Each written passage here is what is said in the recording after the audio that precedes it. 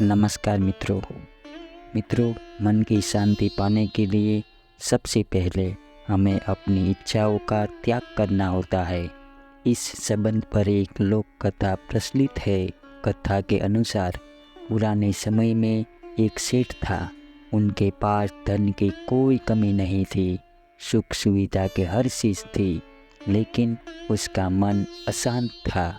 सेठ चाहता था कि उसका मन शांत रहे, लेकिन उसे शांति नहीं मिल रही थी। एक दिन उसके नगर में एक विद्वान संत पहुँचे। गांव के लोग संत से मिलने पहुँचे थे। संत गांव के लोगों की सभी परेशानियों को दूर करने के उपाय बता रहे थे। जब सेठ को ये बात मालूम हुई तो वह भी संत से मिलने पहुँच गया। सेठ ने संत के सामने स्वर्ण मुद्रा से भरी थैलियाँ रख दी और कहा कि गुरुजी, मेरा मन बहुत अशांत है, कृपया करके कोई ऐसा उपाय बताए जिससे मुझे शांति मिल सके।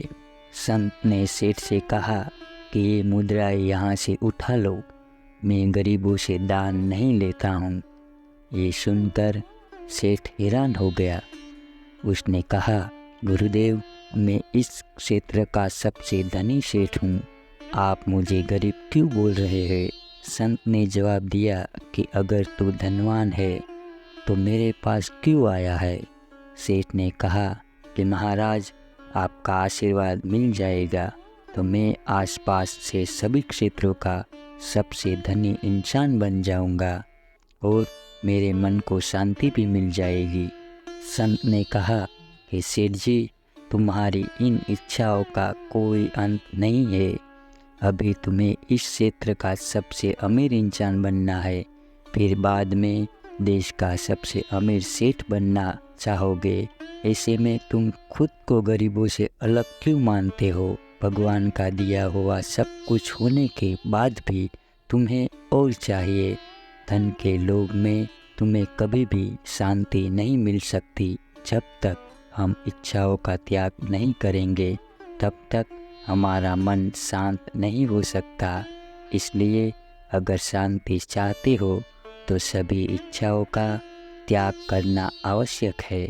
इस प्रसंग की सीख यह है कि जब तक हमारे मन में सुख सुविधा पाने की इच्छा रहेगी और हम लगातार धन बढ़ाने के बारे में सोचते रहेंगे, तो ऐसी परिस्थिति में हमारा मन सदैव अशांत ही रहेगा।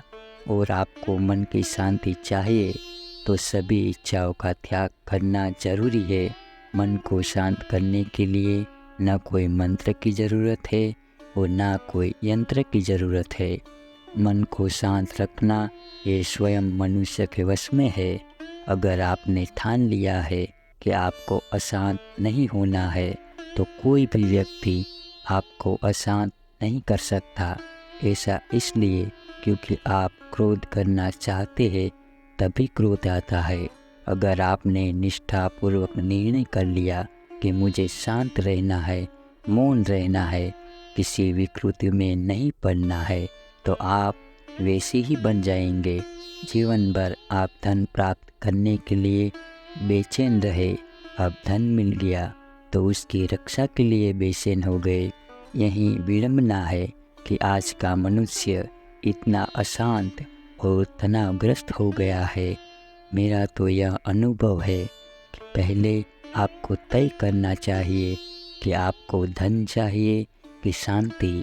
ऐसा इसलिए क्योंकि धन पाकर भी आप शांति की खोज में किसी मंदिर के दरवाजे पर बैठे दिखाई दे सकते हैं। अगर धन चाहिए तो धन आपको मिल जाएगा। आप धन छोड़कर क्यों भाग रहे हो? अगर शांति चाहिए तो इतना समय अपने धन प्राप्त करने में क्यों लगाया? इस धन को प्राप्त करने के लिए आपने अपनी पूरी जवानी गंवा दी, पत्नी बच्चों के प्रेम को गंवा दिया। अब जब आपको धन मिल गया तो धन छोड़कर क्यों भागते हो? तमाम धनपति अपना धन आश्रम में क्यों दान कर रहे हैं? आपने तो 5-5 रुपया जोड़कर इकट्ठा किया था। अब धर्मशाला, आश्रम और मंदिर क्यों बनवा रहे हो?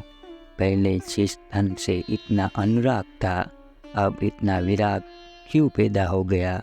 इसलिए धन के पीछे इतने भी अंधे मत बनो कि मन की शांति गवा दो। धन्यवाद।